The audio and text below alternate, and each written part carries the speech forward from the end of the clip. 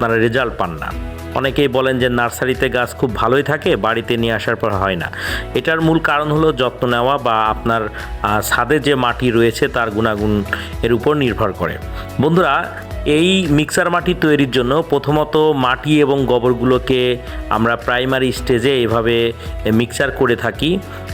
এরপরে বিভিন্ন উপাদান কিন্তু আমরা পর্যায়ক্রমে দিতে থাকি, যেমন খোলের গুঁড়ো আপনাকে দেখালাম সেটা, ড্যাপ, টিএসপি, তারপর কিছুটা ইউরিয়া এবং ছত্রাকনাশক সহ নানা উপাদান কিন্তু আগে দিতে হয়। অর্থাৎ প্রথমত মাটি এবং গোবর একটু মিক্সচার করে নিয়ে তারপর সেগুলো ধাপে ধাপে দিয়ে এখন যেটা দিচ্ছি এটা কিন্তু হচ্ছে ছত্রাকনাশক, অর্থাৎ অতিরিক্ত পোকামাকড় যাতে না হয়ে যায়, গাছের ক্ষতি করতে না পারে সেজন্য কিন্তু অবশ্যই ছত্রাকনাশক দিতে হবে।